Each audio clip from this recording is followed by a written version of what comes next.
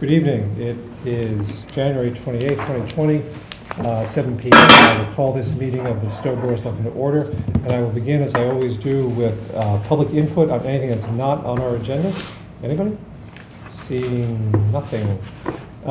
Chairman's comments. Chairman's comments this meeting are a little sad. Really, all I want to do is mark the passing of two important town volunteers, Jerry Kunst, who was a former member of the Cemetery Commission, and Linda Stokes. Linda Stokes, of course, was involved in the Historic Commission and Historic Society, in the Finance Committee and Capital Planning Committee back in the 90s. Both of them will be very, very much missed. At our last meeting.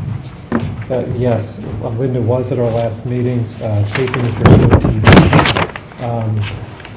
Thank you, Mary.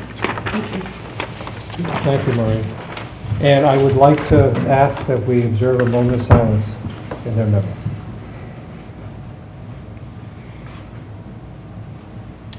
Thank you.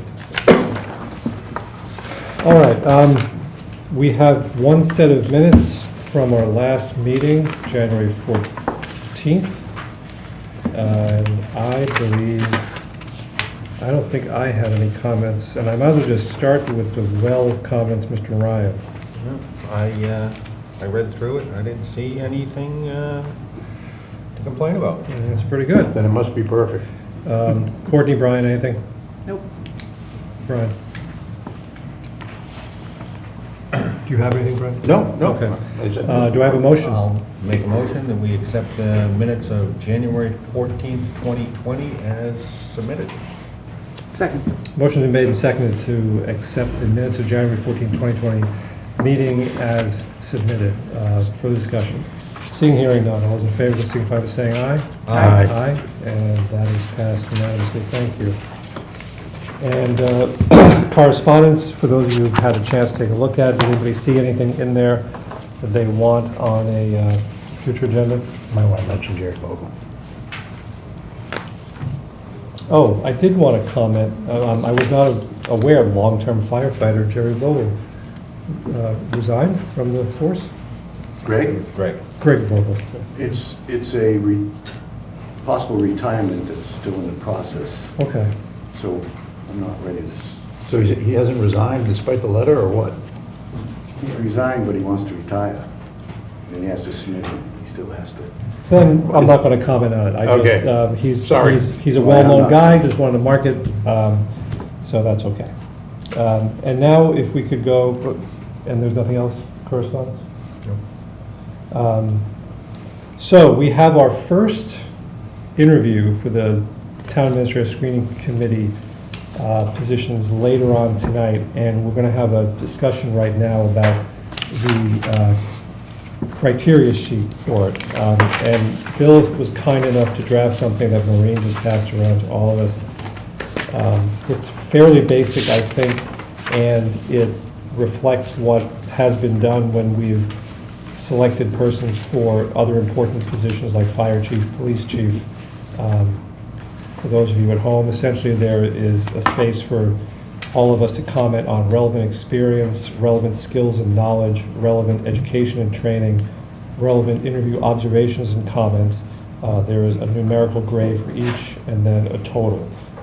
Each of the categories is a maximum of 5 points for each category. Thank God this town administrator put down relevant in each of these categories, otherwise I would have gone off the deep end. Anything that we should add? I mean, it obviously gives us a lot of leeway. Do you want to be more specific about something? I'll get to him. Okay. You're going to be using the same sheet, I assume, Mr. Moderator, although not that you have to, because you can just decide within the space between your ears, but do you want to make any comments or additions to this? He did. So, are we good enough for using this? I want to use the same, obviously I want to use the same criteria and evaluation sheet for all candidates, and since we have our first candidate coming in later tonight, we kind of have to make up our minds right now. And a lot of times when I've done this before is, I'll use this for comment, notes and stuff. And I've thought, rather than giving a grade right to begin with. As we're discussing them, I may, you know, I'd like to put my numbers in after I've seen all the candidates, so. Yeah, I mean, because, But this helps keep track of Right. the information you get. so that's a good point, and I've done this here and elsewhere. The way you grade and the way you evaluate changes as you see more candidates. So Tom's got a good point. It's probably a good idea to write down notes to remind yourself of what occurred in the interview and what you thought, but not to assign a numerical grade, at least not right away. Wait until the end, and then your numerical scoring will probably be more uniform. At the beginning, you might be more lax or more strict. I find myself, I tend to be much more strict and stingy with points at the beginning. Then when I start seeing the pool, I become much more forgiving for whatever reason. And to maintain a certain amount of uniformity, I think Tom's got a good point. With that relevant advice, I'd move to accept the candidate evaluation criteria. Second. Motion made and seconded to accept the candidate evaluation criteria as drafted by the town administrator. Further discussion? Seeing and hearing none, all those in favor, signify by saying aye. Aye. Now, so we're going to do our first interview. Like I said, I expect the process is going to be a little bit clunky. Obviously, the moderator's here because he's going to participate in it. Oh, and here comes the first candidate. Come on in. Come on. Come on. Come on. Come on. I looked at the agenda, it's on further down, so I, What? are you jumping right in? No. No, We're just he's just welcoming you. We're finalizing the evaluation sheet, and I was saying, since you're the first candidate, our process is probably going to be a little clunky. What I was anticipating was that would have the applicant say a few words as an introduction. I might follow up with 1 or 2 questions maximum, and then let it go to the floor. I think we treat David as though he's just another selectman. In fact, I was thinking about this afternoon. Do you want to stay there? Do you want to come up to the table? What do you think makes more sense? And there's some, Depends on where you have the candidate. I'm assuming the candidate's going to be here. You know, I'd like to see us, if we could, kind of squeeze in here just to prevent people from having to go like this every time you ask a Yeah, my question. preference would be to sit here, but it'd be unfair to the candidates. That's what I thought, okay. All right, so we'll do You that. could be giving them the evil eye from back there and they wouldn't even know it.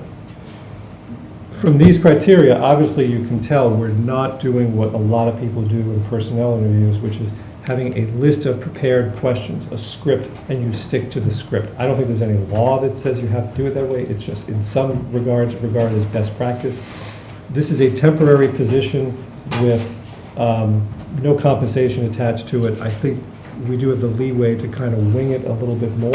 We obviously want to kind of try to stick to the general criteria that we have here and keep our own internal standards as uniform as we possibly can. And I know I always develop the same 1 or 2 questions that I ask everybody, and then I kind of freestyle with other questions. Everybody okay with this? Okay. didn't we vote on it already? We did vote on it, but now we're talking more about the process. Okay. Bill, you're at the table. I would anticipate if you feel like asking questions, you should. And how does everybody feel about that?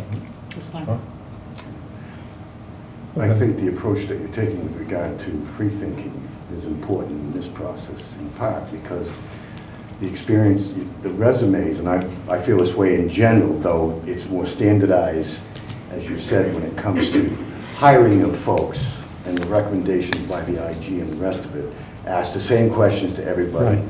And to me, that minimizes the capacity to really, the resume and the cover letter is what I rely on, and ask questions from that, because that speaks directly to their education and training, their experience, job. In this case, there's been mentions of their community service because we've asked for it. So that is much more meaningful and thoughtful, I think, a process than asking standard questions that may not even be applicable or relevant when it comes to. I mean, we don't use standard questions when we do something like appointments to the Lake Boone Commission. Now, having said all this, when the screening committee is doing interviews of the actual town administrator candidates, they may want to consider having standard questions that they stick to, but I view this as a little bit, because it's not compensated and it's temporary. and we don't typically do it for volunteer appointments. I feel comfortable with the more loose procedure, but I want to make sure everybody does. The standardized questions are promulgated by the IG and the AGs so that there can't be any accusation of unfair treatment in the hiring process. Hey, you asked this guy this question, and you didn't ask me that question. Right. So I agree with the chair wholeheartedly. We can continue just as we're going. All right, so that takes care of the criteria. Ellen, I'm going to take care of two things. Normally, with somebody here for something substantive, I'd move it up, but these next two things should be fairly quick. We have an appointment to the Conservation Commission. Matthew, I'm not even going to now. I'm going to take up the challenge here. Styckiewicz. Styckiewicz. Yeah. Wow, that's impressive. Been practicing? Nice to meet you. Hi. Jim. Matt. Nice to meet you. Hi. Hi. Ryan. Nice to meet you. Sorry. Ryan, represent Polish. Polish, yeah. Yakshimash. So, Matthew, thank you very much that relevant? for stepping forward. There should be a separate category for that. And I know that you've been an associate on the Concom for a while, right? For 3 months or so, yeah. Kathy's my wife, so I've Okay. heard about it. Okay. And do you want to say a little bit about why you want to be a permanent member on the Concom, what your experience has been like so far? Sure. So I mean, we recently moved to Stow, as I've told many of you, in September, October timeframe, and I just wanted to be involved in the community. I have, a family and a young daughter, and just thought it'd be nice to play a part in, the town that we live and grow up in. So, looking at all of the different ways I couldn't be involved, the Conservation Commission was the kind of one group committee that I felt like had the most experience and most impact. I'm a structural engineer. My focus is on waterfront and marine structures, so a lot of bridges, a lot of dams, culverts, and so obviously I interact with conservation commissions a lot, and we do a lot of municipal work. So we're working with towns, and so I'm very familiar with the permitting process and the construction that goes along with it. And I just kind of wanted to learn more. There's still plenty that I can learn about environmental protections and conservation that I thought one could benefit me, and I could provide my services and expertise in engineering and construction to the town committee. So it might be one of the most thorough explanations of why someone wants to be on a volunteer town board we've heard in, I don't know, about 2 years maybe, so great, terrific, thank you. fantastic. Yeah. Are you familiar with how often they meet, how long their meetings are, that kind of thing? Yeah. As an associate member for the past 3 months, it's twice a month, generally first and third Tuesday. 3 hours or so, from 7 to 9 or 7 to 10, whatever. So yeah, it's been good. It's been a learning experience so far, but I feel comfortable there. Yeah. Questions from members of the board? We can start with Courtney. Given those qualifications, you're going to stay for a decade or so? Hopefully, I mean, I don't plan on leaving Stow anytime soon, so. No pressure. I was going to say, I started in town government when I had little kids too. Mhm. Now I have a doctor in California, and so it's been quite a few years. So maybe seeing you around for a while, with an attitude like this. Thank you very much for stepping forward. Absolutely. Brian? Thank you very much for stepping forward. You're exactly what this town needs, volunteers with experience and commitment to the town. Mm-hmm. And unless you wanted to say something nice about Kathy, the chair's wife, That's not necessary. I'm ready to move your nomination. Thanks very much for doing this. You have some very relevant experience. You're brand new to town. That's terrific. And I think I'm ready for a motion. Mr. Chairman, I move on the recommendation of the Conservation Commission to appoint Matthew Styckiewicz to the Conservation Commission to complete the remainder of an unexpired 3-year term expiring June 30th, 2020. Second. Motion made and seconded to appoint Matthew, I'm going to say Styckiewicz, to a to complete the remainder of an unexpired 3-year term expiring on June 30th, 2020. Further discussion? Seeing and hearing none, all those in favor, please like to say aye. Aye. Aye, and that is unanimous. Matt, thank you so much. Thank you very much, I for stepping appreciate it. forward. Thank you. Appreciate it. Excellent. Thank you very much. Cinque. Stop it, will you? I'm sorry, I don't. English. Yeah, Maureen's going to have to try to put that in the minutes. I'm trying to embarrass him now. And now we have to sign the warrant for the March presidential primary. The town clerk is here. This completely, thinking about annual town meeting and everything, I'm completely clear about this. Oh, I have not. I have not. I wish I could, but we have absentee ballots in the house now. So we're starting to, we've sent them to all the overseas. I've got two, I want you to sign two. I'll have an extra one in case you mess up. But yeah, we need to get that posted and up, and that'll be off the agenda. Voter registration deadline for the that primary is March 12th. People can go right online and register to vote, change their party. They can come to our office and do it multiple ways. And I don't think you mentioned the primary date is March 3rd. March 3rd. March 3rd is the primary date. Early voting will take place in this room, February 24th through the 28th, 5 days during regular business hours. And as I said, absentee ballots are available for those who are unable to get to the polls because they're out of town for any reason, whether it's work. And those are available. They'll be, we'll have them ready in our office by the 1st of next week. So anybody could come in if you're going to be out of town. We can take care of that. Very good. Questions? Just that I'm on the ballot, but I've been advised that I can still vote for the warrant and sign the... Right, this state committee and the town committee are political party jurisdictions, not the technical town of Stow. Thank you for stating that for the record, Madam Town Clerk. Any further discussion? All right, so do I have a motion? Oh, I'm sorry, did you have something? No. I move that the board accept the March 3rd, 2020 presidential primary election ballot as presented by the town clerk on January 28th, 2020. Second. Motion has been made and seconded to accept the March 3rd presidential primary warrant as presented by the town clerk. Any further discussion? Seeing, hearing none, all those in favor, signify by saying aye. Aye. Aye. That's unanimous. Thank you. So you want us to sign two? Yes, please. I'll be assigning two of them, please. And this is a standard formality. If we didn't sign it, then we'd have to have special legislation and all kinds of stuff. I know I've asked that question Yeah, I know. before. I decided I not to. preempted you by doing that. We'll need to do that for the recall. Huh? We're not going to have a recall. And then there was one other thing. Oh, school is not in session on that day, and we are in the cafeteria gym area. They've taken a professional development day, so to afford us. I expect anywhere from a 75% to an 85% turnout. I'll let you know better when we get closer to the actual election. But I expect a good turnout.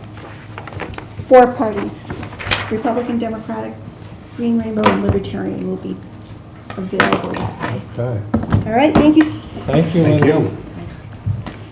And now, our first interview for the Town Administrator Screening Committee, Ellen Sturgis, former Selectman and former co-chair of the ESBC.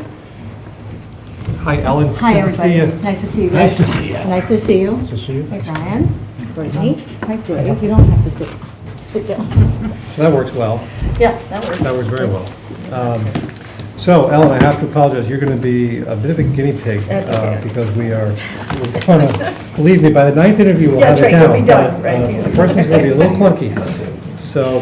I get you fresh. I look at it that way. Right. So, and I appreciate the flexibility of doing it tonight since I couldn't make it on Saturday. And that's Appreciate fine. it. That's not a problem at all. So what I thought we would do, I'll just ask you to kind of state, I have like 20 minutes in mind. Okay. And because that's what I'll have to more strictly enforce that on Saturday. Yes. I thought I'd open with you opening, stating your qualifications. I'll probably ask 1 or 2 questions just to kick it off. Okay. And then I think we just go around, and Sure. it is what it is. I keep an eye on the clock, And at some point, I politely say, well, that's all the time we have tonight. Great. Okay? Okay, So, sounds good. go ahead. Okay. Oh, and by, I just want to Yes. say one thing, clock hasn't Yes. started. Often when we do interviews, like for like Boone and other things, I will toss it to the audience. I'm not doing that in these interviews. I hope that's okay with everyone. Connie goes without saying, but I want to say it. Sorry, That's okay. That's all right. all of you. You can hand up your questions and write into Yeah, them. there you go, right. So I have been involved in town for a lot of years, though I've been taking a little bit of a break. I was selectman and on school committee. My proudest moment was the school building project, which Tom and I were on one round of that, and then we had the school building task force and then the elementary school building committee for center school. I've been involved in a bunch of different, the smaller, the non-governmental groups, the Blood Drive, Second Century Fund. That's why I wrote them down, because I can't remember anymore. But those are the big ones. And I got to be assistant town moderator under, oh my God. And thank you, brain dead. That's bad. Anyway, Ed Newman was awesome. So, I just, when I heard Bill was leaving, we moved in town just about the same time Bill got hired, because I think that was 92. So we moved in 90. So, and the new town structure was voted on, I think, the year. We hadn't even gotten used to living here yet, and there was all this stuff going on. So, it's a big deal for the town to actually talk about what the next town administrator is going to do and who that's going to be. So I thought, I've been working with Hampshire College a lot. I'm a trustee there, and we, hopefully people don't all know the painful story we had the last year, but I did run the search committee for the new president this past summer. We couldn't afford to hire an outside search firm. So I'm particularly current on searches and what it takes and the time it takes, and feel like I have that to offer as well to the town. I've been working with nonprofits most of my career, through the school building project, knew painfully in detail about various state regulations, particularly around construction and contracts. So I feel like I've got a sort of sense of some of the things that Bill is responsible for, and that we've been looking for, to sort of know what kind of questions to be asking for the candidates. So I guess that's really the primary reason I'm interested in doing this. I feel like it's a good chance for me to step back up and offer some help in what I think is one of the most important decisions we'll have for quite a while. So thank you for that. And let me ask this. You had some fairly recent executive search experience at Hampshire. Yeah. And I remember a little bit about it. If you have one, what's your philosophy or approach toward executive searches? And feel free to tell me that's not a fair question. No, that's a good question. And in fact, I brought a lot of our experience from the school building project, from the task force experience in particular, to the Hampshire process, in that I really, one of the great things that we were able to do was involve the town in some indirect input into the process, giving them a chance to sort of say what their concerns were. That was on the school project, and particularly the concerns. I think it made it a stronger process.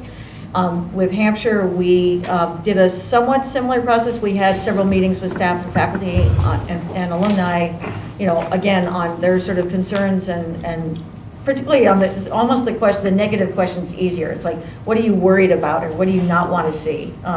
We did that with the school project, and I'll never forget George Dargety sitting in the middle of the room with a big dollar sign, because that was his #1 concern, and nobody else joined him in his circle, and he was very disappointed. But, the message was there. It's like, we want to hear what people are most concerned about. And I think in this process, I'd love to see, I don't think it's going to be a lot of them, but I think 1 or 2 sessions where the town can, people who are, maybe they're not even sure what Bill does, which I think is probably a majority of people who haven't been involved in any town committee.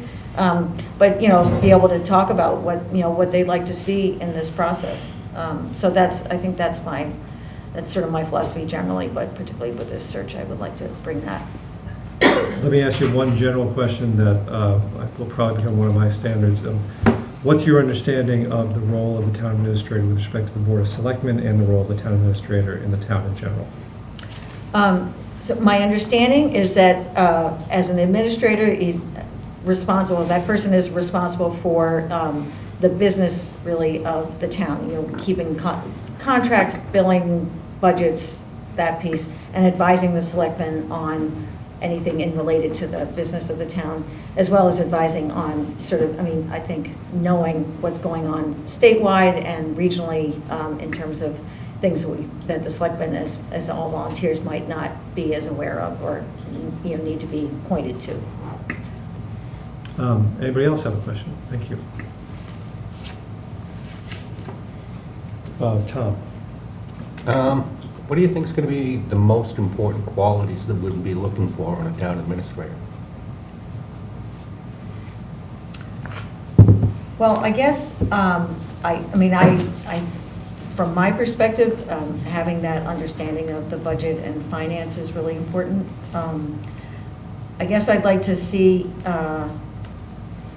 that sort of understanding of, I don't think someone moving here from the Midwest is necessarily going to be as effective because you have to understand the quirkiness of Massachusetts cities and towns and how government works here. So that's not necessarily a skill set, but I think that's an awareness of what needs to, that any of the candidates need to really understand, like essentially the restrictions and opportunities of being town administrator. Well, that's it.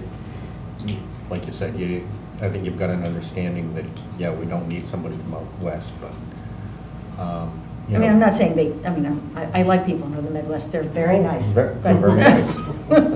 But I think, I think it is, this state doesn't work, we don't have counties, and just how small our towns are compared to the county system, I think is really significant, that anybody who's an administrator in the state really has to understand, like, really, the weird sort of, I don't know even what the right word is, it's not merely the laws, it's just the way things work here. And I love the place, I've lived here my whole life, but, they can be frustrating. Idiosyncratic. Thank you, that's the word. Yeah, right. Anybody else? Courtney? Do you have some? Not just yet. Okay. David? I'm just thinking if you have any thoughts on how you would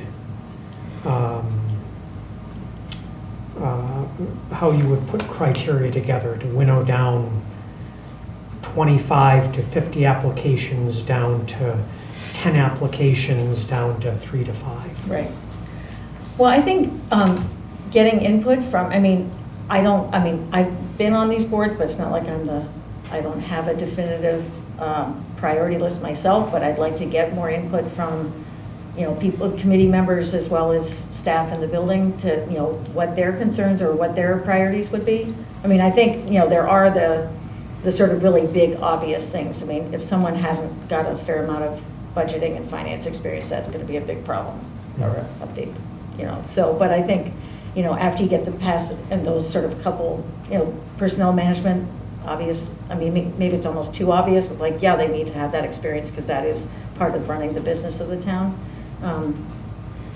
So after that, I'd like to hear what, I think all the volunteers who work with Bill as well as the staff, I think just hearing what their experience is as a town, what their takes on as a town administrator. Talking to other people in other towns about what has worked or not worked in their town administrators for skill sets that I might not be thinking about. I think someone who just, it's like, it's that vagueness of people who can work with each other and fit into the culture of a small town. Because it's a big deal. We're a small town, and it's, even if people don't know the town administrator, they know he or she exists and has an impact on the town. So I want that awareness of small town decision making. Thank you. Brian, you have anything? Yes, the candidate is well known to everyone on the board and also well known to everyone in the town. She has a great and lengthy history of Stow community involvement. So I'm pretty well set on this experience that she brings to this or would bring to this committee. I'm not going to ask banal questions like, what is your most relevant strength? What is your most relevant weakness? That's nonsense. The one question I would have, though, and I'm not going to ask you to comment on individuals, but who are you, the types of people that you would like to be working with on the screening committee? That's a good question. I mean, I actually saw the posting today of the candidates, and it was nice to see a variety. I mean, I think having that balance of some staff, there's some of the names I don't know, which, of course, then I presume they haven't lived in town as long as I have, but I would love to see that mix, because I think that's really important, especially as you mentioned with the previous candidate for the Concom, to have people stepping up, and just not only stepping up, but also sort of reflecting that the town is got a lot of people in it. Some have lived here for decades, and some have only lived here for a few years. And I'd like to see a mix on the committee so that we have that balance, that perspective. Because, I mean, how long, I live here another 20 years, I don't know, but, some people who are just moving here, hopefully they'll be here for the next 30 or 40 years, and we want to, not that we're hiring someone for the next 30 years, but you never know, right? You never know. Little did we know at the time. That's right. Can I follow up with one thing? We are leaving a lot of leeway with the town administrating screening committee. We're leaving almost to determine almost all the initial qualifications, and pretty much to make the process whatever it thinks is appropriate and fits within 6 months. Yeah. Let's focus on that second part for a second. Okay. Having been through an executive search, do you have any thoughts on how to structure the process? You've mentioned public input, but anything else? Imagine for a second you're chair of this. Yeah. How do you think you might approach it? Well, I think, sort of backing, obviously we have the end date, so we know what that is. I think mapping out the entire calendar is really important, so everybody knows when to expect decisions to be made or not, I mean, the Hampshire thing was extremely compressed. We literally did it in 6 weeks in a very different kind of situation. I wouldn't want to repeat that. I mean, it was intense for 6 weeks, but then it was done. But I think the pieces are the same, getting to the job description, I think will be the hardest thing here, because, trying to think about it is not just Bill, and, like, is there things that we want to add or subtract, and, are we getting the right input for what that posting is? I think that's probably a bigger issue here than it was in my previous search, but I think building in the time to say, let's give ourselves time to get input from the community, and I'll use that term to reflect these, potentially these input sessions. But the big issue, I think, is talking to people, and I don't know if the assumption is we use the same sort of the posting with the sort of the state post, I can't remember what it's called anymore. You post jobs on the state register. It used to be called Compass. Well, the MMA that's where we post through them, right? Yes. Potentially. So That's our largest. right. That's the pool. We're going to put it in regional newspapers. Yeah, but I think what happened particularly with Hampshire was we went through a lot of personal networks. We asked people, we made sure we knew not only that we posted it in the right places, but we called on people who we knew the town well. And this could be people from the search committee that might know the town well and know people in the sort of world that sort of get out there and really, because we really want as big a pool as possible so that we can get the best person possible. So I think I'd build that into the process as well. And then we have to decide with the selectmen sort of at what point you want, because it says the charter is like 3 to 5 candidates get presented, and then that's still a lot to decide from 3 to 5 candidates. So what's the timing and making sure we're on the same page on that. Let me ask you about that. That's a concern of mine. On the one hand, we want to leave the town administrative screening committee as much leeway as possible. On the other hand, we make the ultimate decision, so God forbid, with 2 weeks left, they come back with 3 to 5 people who we just can't stomach. Yeah. I asked this question because I don't have an answer to it. Any thoughts on how to balance that tension? Well, I think communication between the committee and the selectmen has to be ongoing. I think making sure that we're all on the same page when we do have that posting or the job description, whichever version you're sort of using most actively, and maybe having a conversation around the balances David was talking about. It's like, what's the top 3 things on this list, and then what falls to the, like, would be nice, sort of the distinction between must-haves and would be nice to haves kind of thing. So I think that would reduce the chance that we bring candidates forward that you're really not happy with. Because if, say, we bring up someone, we just think they're the nicest person ever, oh, but they don't have any budget experience. Well, that could be just a deal breaker right there. So I think we can get pretty clear as the process moves on, like, these are the things we really need to have, including job experience. Other questions? I should mention the position's actually already been advertised. Because of this horrible tight time frame we have. That makes sense, right. So it's some general. And for a job description, we basically use what's in the charter. Yeah.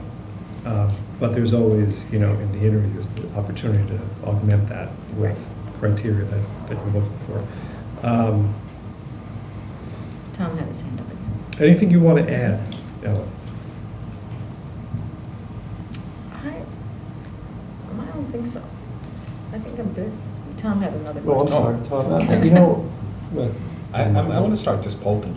Well, I gotta forget it. We'll talk about it. Yes, thank you, Ellen. Well, I suppose one of the questions I've got is, what do you think the biggest challenge is going to be for our next town administrator?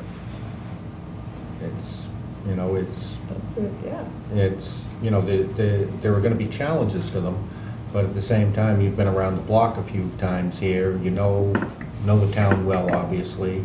You've sat over this side of the table and all the other stuff. So what do you really think the biggest challenge is that you'll have to make sure that whoever you pick would be able to handle? Right.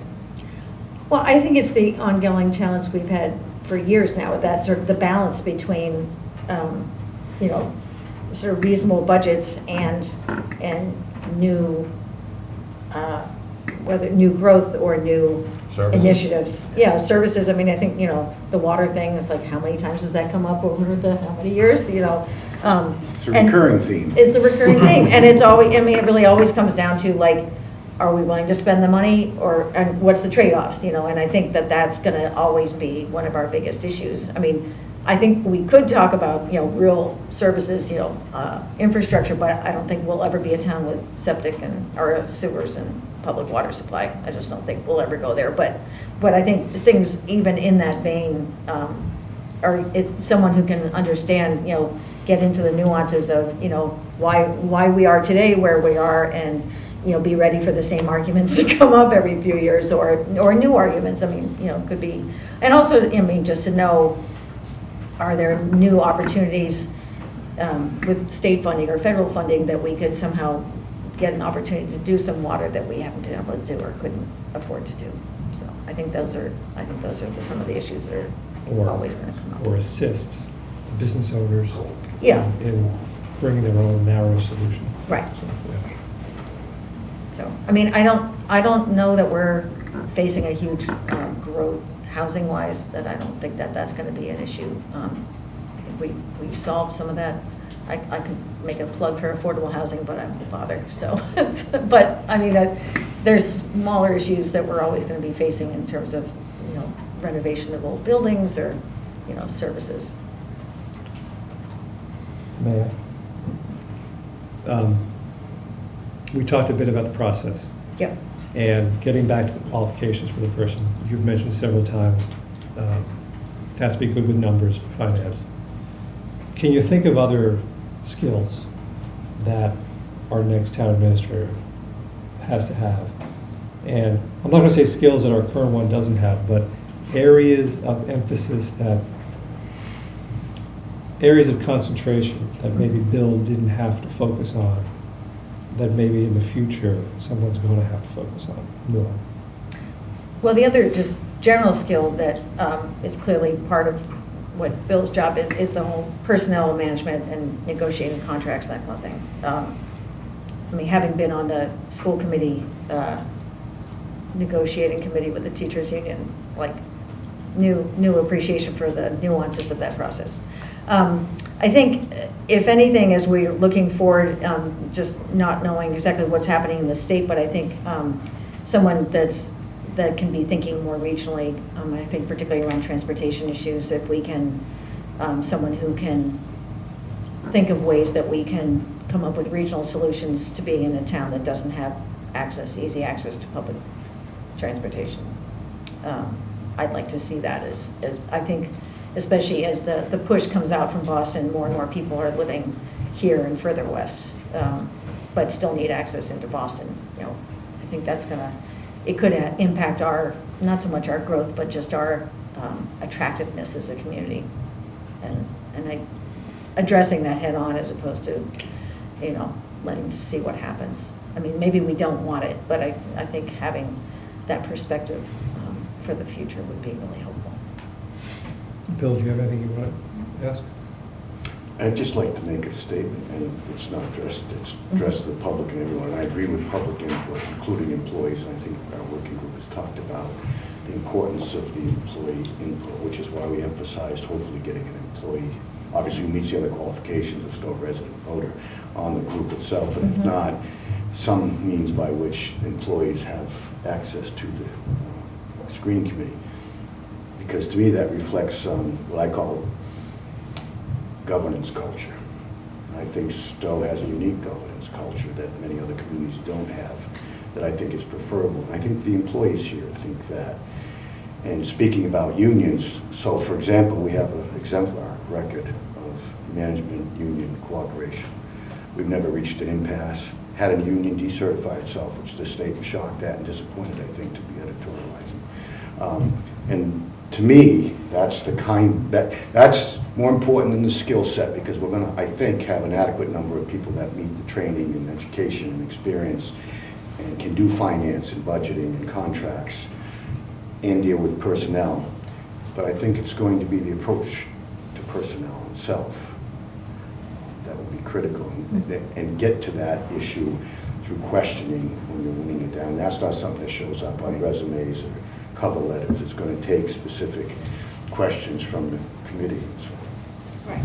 I'd like to, that's the approach I'd like from the screening committee, keeping the governance culture in mind, because we are different here, and I think it's advantageous to us. It has been, and the employees, I think, feel that way.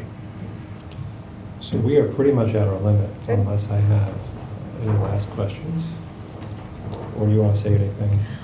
I'm just curious. I mean, I know we got 6 months, but sort of what your time frame is after you interview people, like in terms of getting the committee going. So we wrote a timeline, and I cannot remember exactly what it says, but I know the next immediate steps are after the interviews tomorrow, we grade, and then in our first meeting in February, we select the members of the committee along with David, and they should get meeting right after that. They have, again, it's one of the things that the governance agreement speaks to. They have 30 days. Right. The date of appointment to have their first meeting. Bill's giving even his- that said, okay. Bill's giving his formal resignation tonight, Right. which means that the entire process has to be completed by July 28th. So the committee will have technically until sometime in August to work, but as a practical matter, we'll have to render 3 to 5 names by late May, early June. And then we want to kind of do the finalist interviews.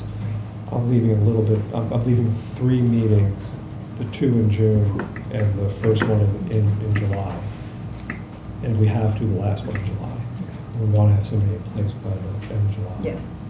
Well, I think to what Bill was just saying, that, one of the hard parts when you're interviewing process is having enough time to sort of get a feel for a person. You can't just do it in that one hour Right. interview, and I think Right. that's really important. So like I said, the position's been advertised. We even have applicants, or at least an applicant I hear. But We have 6. 6. Wow.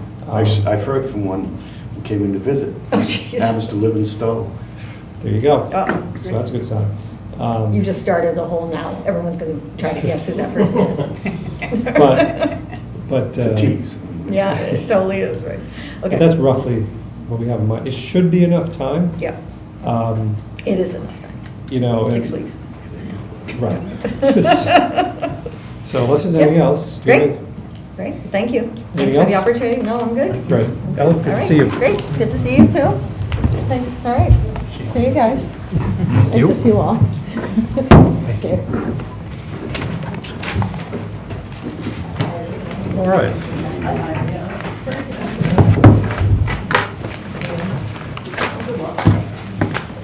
We're off to the races, and before we leave this topic, everybody's set for, 8:30, sore subject I just got, 8:30 Saturday morning? It's not for me. I could add it for my daughter.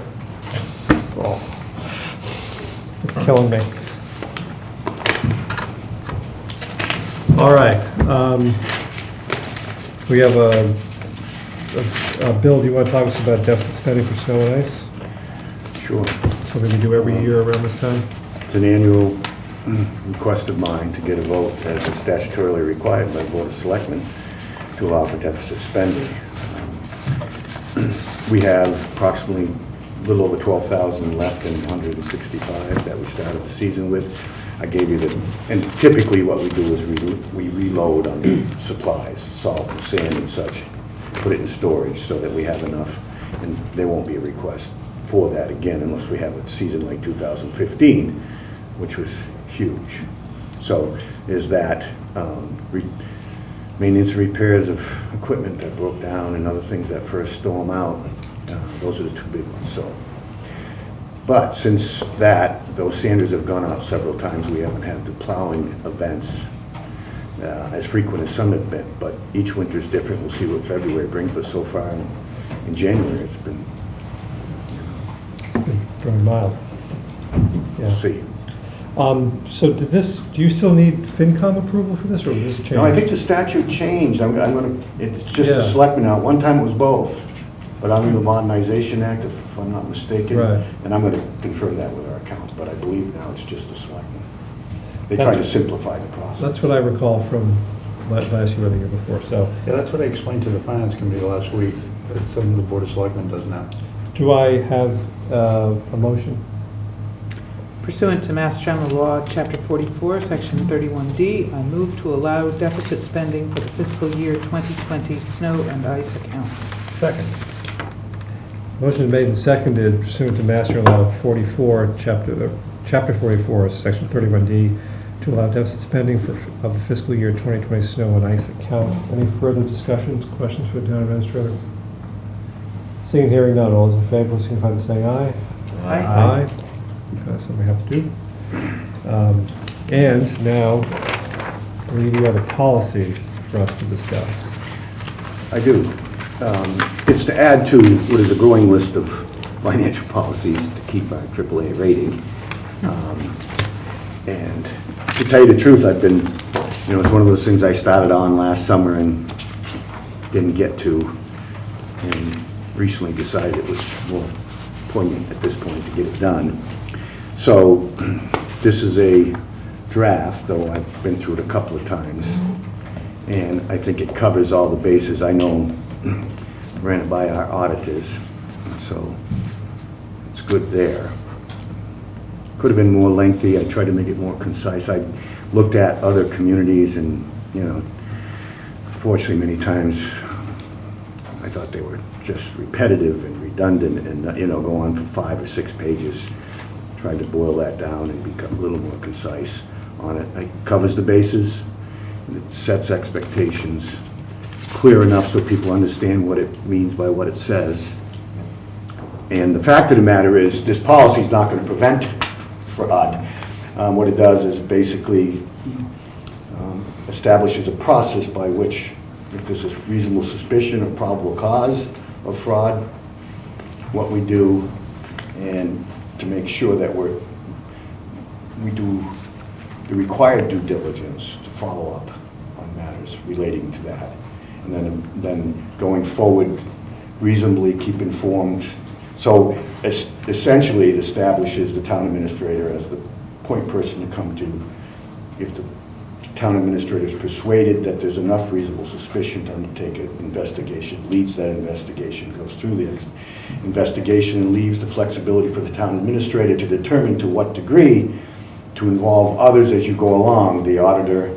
In the end, if it's fraud, that's a crime, you know, legal authorities, the rest of it. What I did include in there is that the chairman of the board, or chairperson of the board of selectmen will be immediately notified by the town administrator as to, you know, a claim that's been made or knowledge that's been shared to the town administrator about reasonable suspicion of fraud, and to keep the chair informed and apprised going forward with it.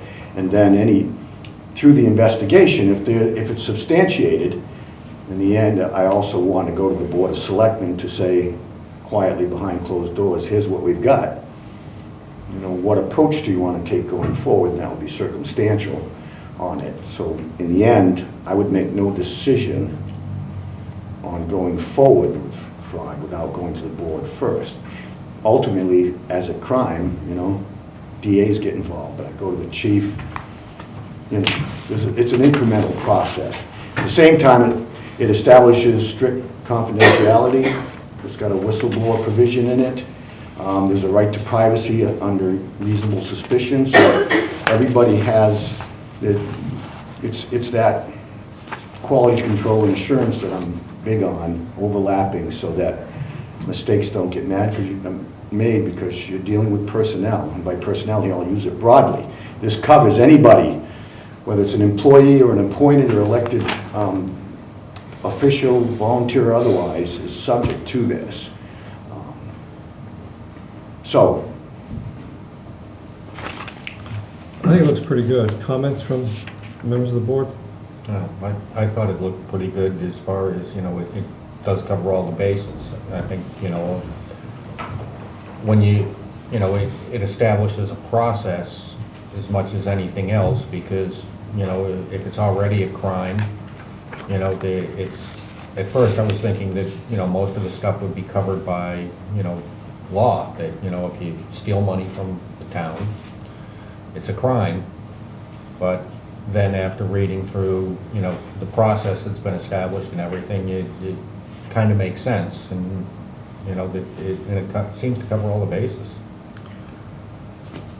I'm surprised you can't find this off the shelf to say, hey, this is. well, as I said, I looked at. I'm getting lazier in my old age. I used to create these on my own because I felt better about those things and like my own work, I guess. But at this point, we have many other things, and so the auditor provided me examples. I'll just be truthful with you. I looked at several that they accepted, and I just didn't find them acceptable. So it takes the essential categories of things, but my language and adding what I think is the quality control that these others didn't have. And in the end, to be truthful with you, many of these policies, it's true of the other financials and most policies, because it's a pro forma expectation, and I don't want to say it's a CYA, but the fact of the matter is, these are the kind of things that everybody wants to see you have in place. And to the degree that we make them working documents, and that's the essence of my interest. I don't want something just because it's 5 pages and some lawyers, and I don't mean this to be stupid, or somebody put together, and when you read it and you look at it and you go, Jesus, that's confusing, first of all, because it's oftentimes things get repeated throughout the document and the rest of it.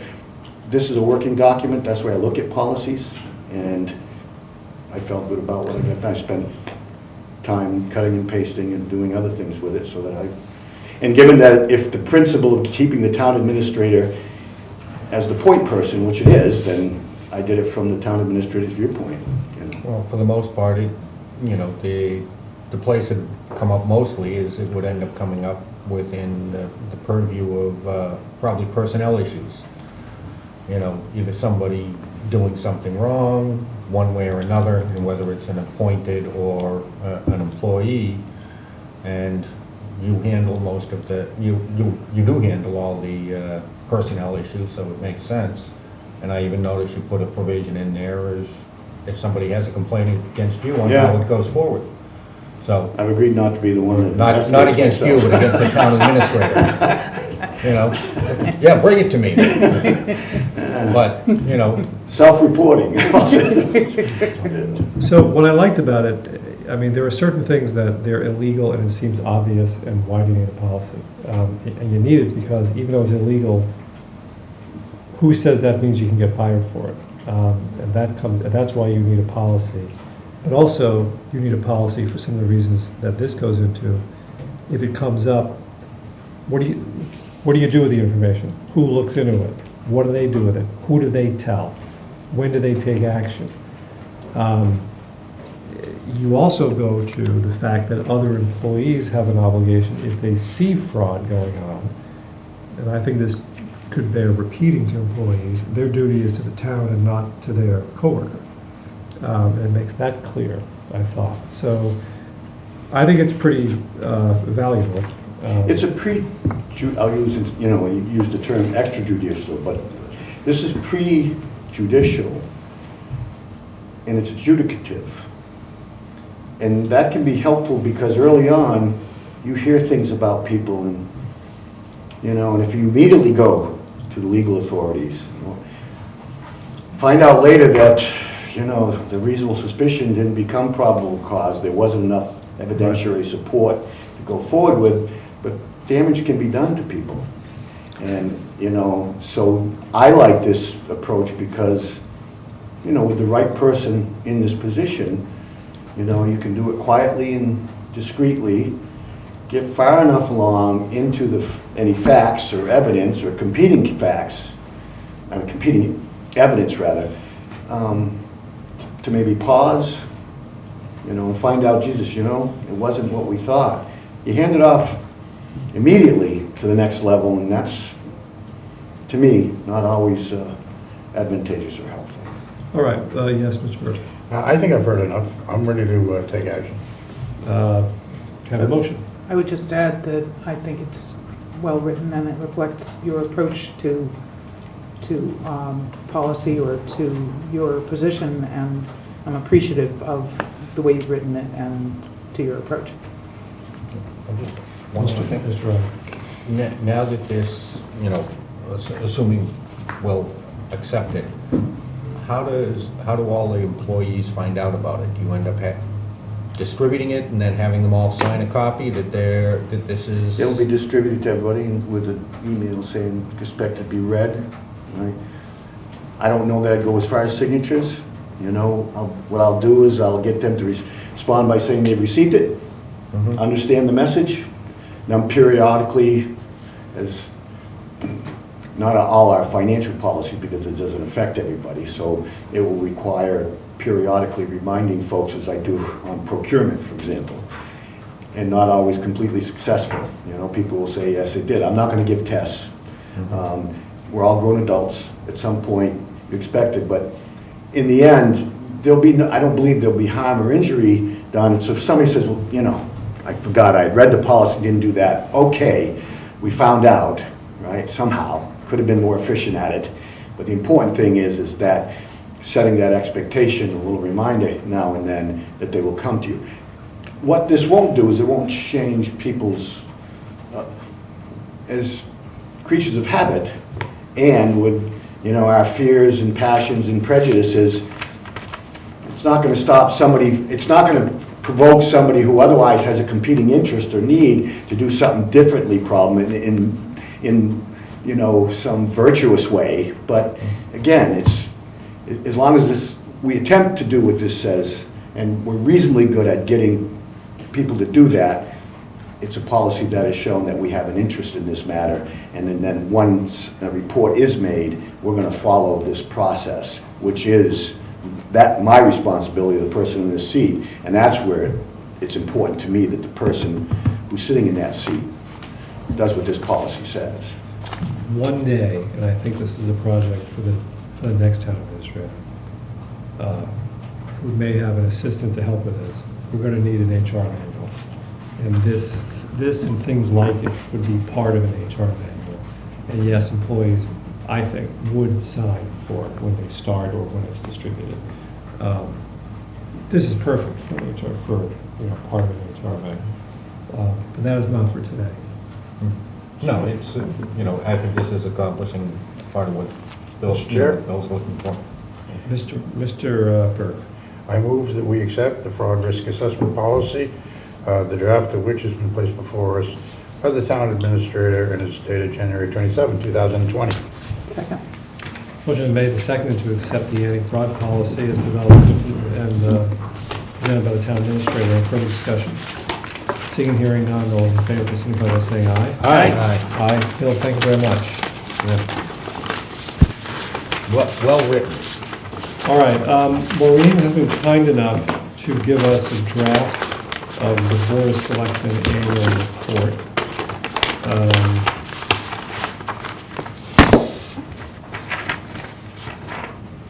Do I detect Phoebe's style of writing in this a bit? No, I No? think this one, she's busy with other things this time of year. I thought it was very well done. Does anybody else have comments? I just had one comment, it may just show my ignorance. Second and third line, through the process of town meeting and pertinacity. What is pertinacity? Stick to itiveness. You know, maybe we can come up with a different word there. Dedication, diligence. Dedication. I like dedication too. Third I like- line, Maureen, can we substitute dedication for pertinacity? Sure. I thought it was refreshing. Yeah. You could have Points for said the- pertinacious. Points for the $25 word there. Anything else? I may use that in Scrabble someday. Good luck. Yeah, sure. If we're going to really wordsmith, then on the second page, excuse me, third paragraph of that same page, the board dealt with a large variety of issues. I would just say variety of issues. Everybody okay with that? Sure. Maureen, did you get that? Mm-hmm. Got it. A little bit of, what's the word I want? The opposite of pertinacity. Humbleness. Humility. Slackness. Humility on our part. The board dealt with great humility a variety of issues. No. All right. I have one comment. Yes. At the bottom of the second page and top of the third, I think I see what you're doing. There's two policy actions in this paragraph. But I did find it, so near the end of the year, the board began discussions regarding the procedure for selection process in the municipality, town administrator. And then, after lengthy discussion, the board established an alcohol on town property policy. I found it odd to put those two things together, and so say that, but then I decided that they were policy, so I got that. But I would shorten the sentence about the alcohol on town property policy, and I have notes to that effect, and I can read it out. I would say, after lengthy discussion, the board established a policy regarding the use of alcohol on town property, period. So it just shortens the sentence. I'm good with that. I'm good with that. Where did you say that was? It is at the, Last two pages. yes, end of the second last page to the top of the last page. Oh, yes. I thought you said the second page. Okay. Hey, I agree. All right. That seems to be it. Going Okay, once, going twice. I Oh, move we sorry. approve the 2019 annual report for the Board of Selectmen as amended for inclusion in the 2019 Town of Stow report. Second. Motion has been made and seconded to approve the 2019 Board of Selectmen report with edits. Further discussion. Well written. Well written. Seeing and hearing none, all those in favor, please signify by saying aye. Aye. Aye. Very good. Thank you, Maureen. Thank you to the board for not being Talmudic about it. That's for you, buddy. That's for you. That's your present for tonight. We don't have many. I think as a lunch on Saturday, we should play Scrabble. Because of my Yiddish accounts? Okay, fine. Can you please explain that? No. Okay. So, a sad duty, but necessary one. we have to accept Bill Wrigley's official resignation as town Retirement. administrator. I'm sorry, what did I say, resignation? Yeah. Well, okay, retiring. Effective August 31, 2020, making sure that's in there. Good. What if we say no? Actually, so it is The 13th Amendment of the Constitution. we're going to have plenty of opportunity to mark Bill's transition, but this is the first occasion of many where I think we can reflect that, you know, for 28 years, which is a remarkably long tenure in this kind of a position, this town has been very, very well served. And that is a tremendous accomplishment. People don't stay at jobs for 28 years. They, in particular, don't stay at this kind of a job for 28 years. There's a lot of pressure. There's a lot of work at night. There's a lot of politics. Sometimes it might even get to be petty, and sometimes it might even get to be personal. I know from some of the stories I've heard that in years past, it was, I believe, quite difficult. And a lot of, especially in the 90s, I think it was difficult, and parts of the 2000s. And, you know, you're in almost halcyon days now, but, and you stuck through it. And you were the constant North Star of the whole thing. And let's just say this, we're in a hell of a lot better place now than when you started here.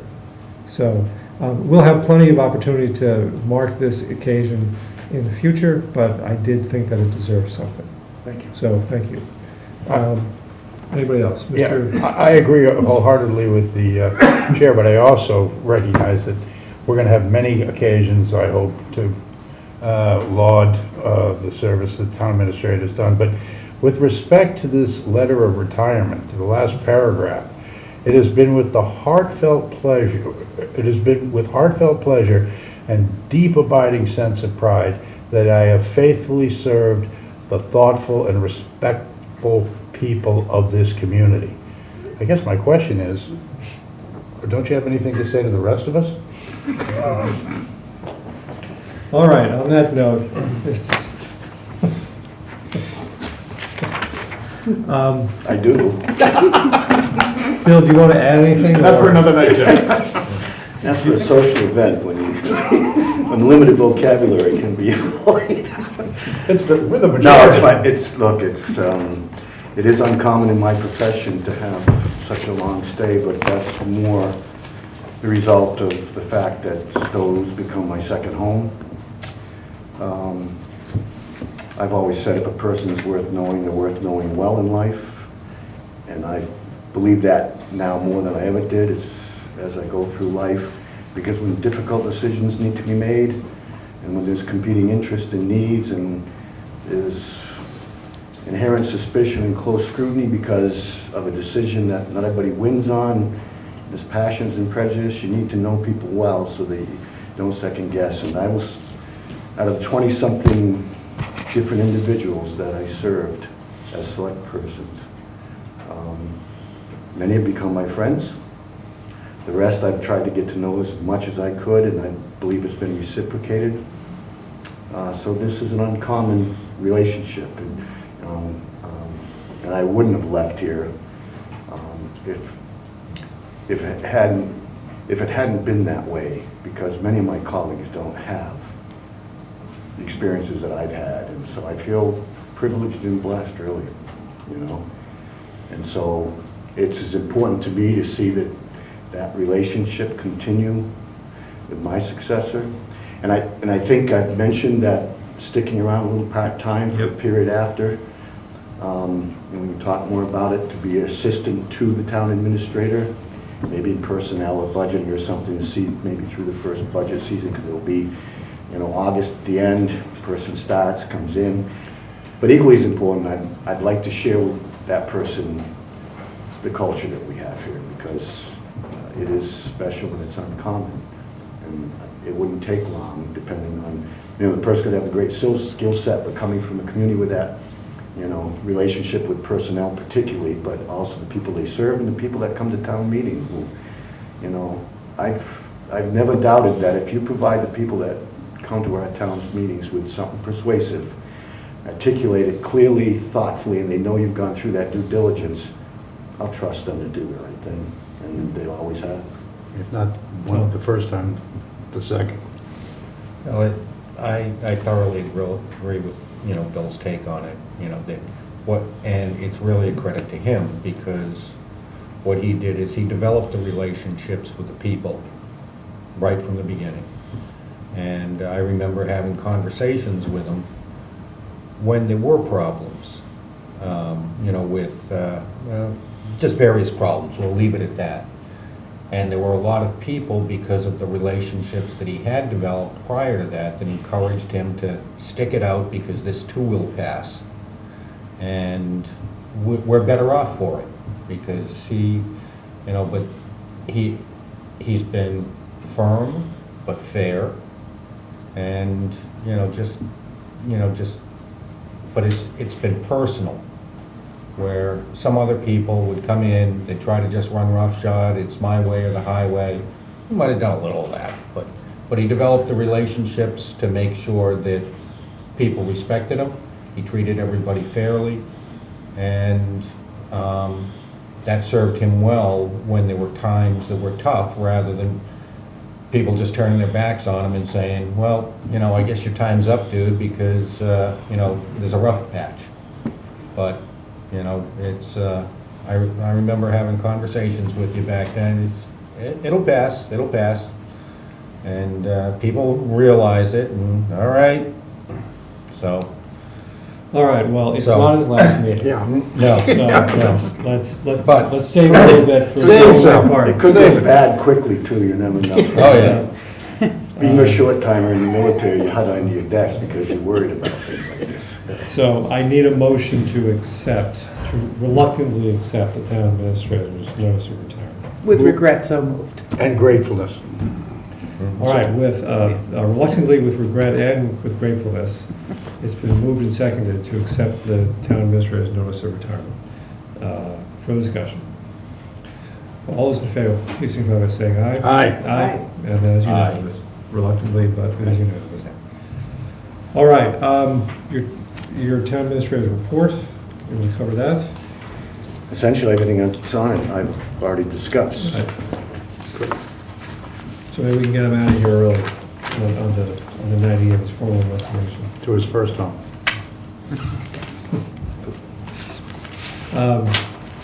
Did you cover it? Yeah, you did. Yeah, I did what? Which one? You covered everything. Yeah, that's what I just said. Yeah. Okay, so I think you're all set.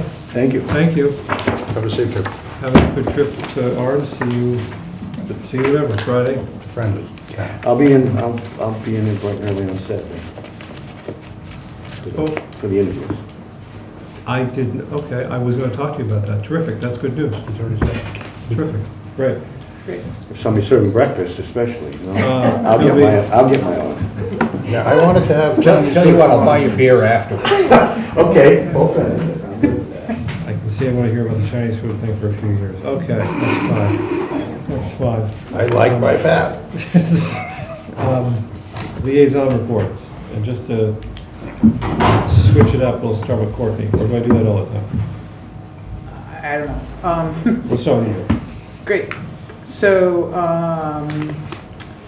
the Community Preservation Committee is working down a list of applications for funding, which will potentially result in articles of town meeting. Of the 5, they have voted that 3 of the 5 so far have been voted to sort of go forward in an unofficial way. They don't yet have an article to vote on. So the 2 as yet not blessed are Track Road pre-engineering and the Stow Acres driving range acquisition proposal. And those are just for lack of enough information. So that's kind of where they're going.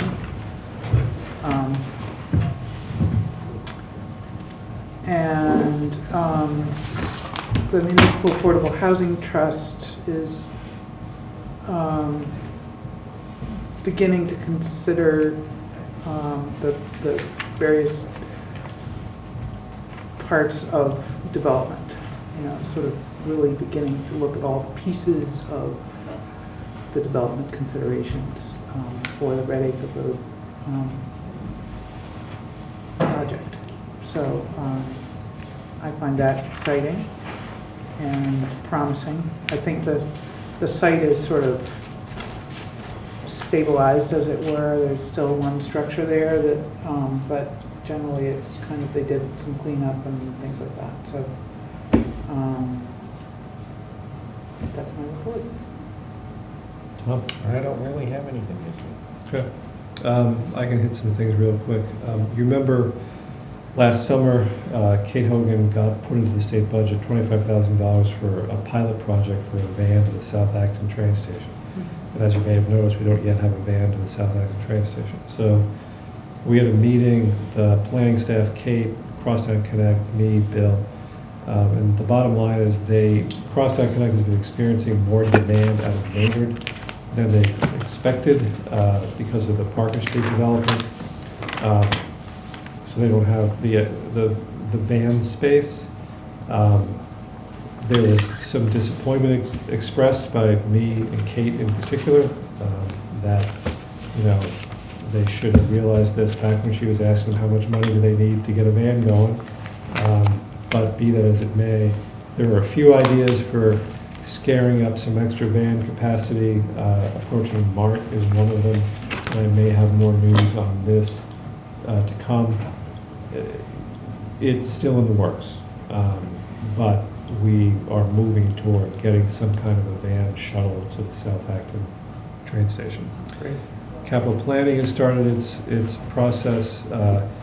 Very roughly $800,000 in request this year. Most years that would be considered sort of sizable compared to some of the past years. It seems like nothing, but I'll leave more detail on that. The biggest project, and not included in that $800,000, is potential for High Rock.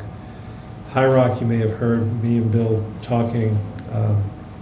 I am convening a really informal meeting on Friday morning here among the 3 potentially interested parties, because I realize that there's some advocacy going on, especially at the library and a little bit by rec, but no one's actually doing the work that needs to get done to buy the property.